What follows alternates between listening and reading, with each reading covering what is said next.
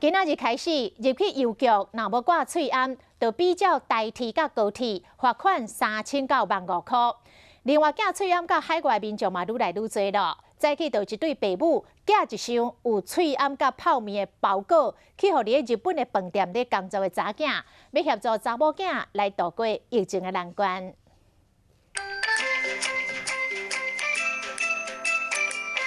要夹批寄包裹，即马爱会记先挂喙罨。你若像安尼无挂喙罨站，袂使入去，都要乖乖挂喙罨。交通部估计上紧今仔日就会通过，入去邮局必须来挂喙罨，若口劝唔听，就会罚3000到15000块。因为去邮局办代志的人一个坐，要像安尼保持距离有较困难，规气拢挂喙罨。而且这3条椅啊，唔管有色无色，拢爱让一格，安尼较安全。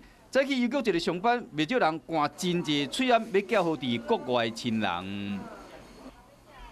这个30片的口罩啊，媳妇的他们的家人是英国人啊，因为国外的一些那个医疗物资都很缺啊。日本啊，买不到啊。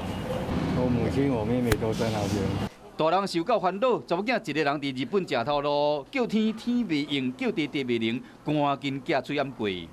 很呛死，说不一定会买得到店哪时候进货，他们都不知道，也没有一定的时间进货。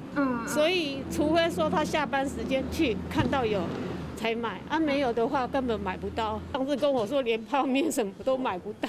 哦，所以你很担心，因为他们状况又不太好。对。 做爸母的真正有烦恼，这一箱包裹内面有喙罨、有泡面，更加有爸母满满的爱。希望包裹赶紧寄到位，好做爸母的人通好放心。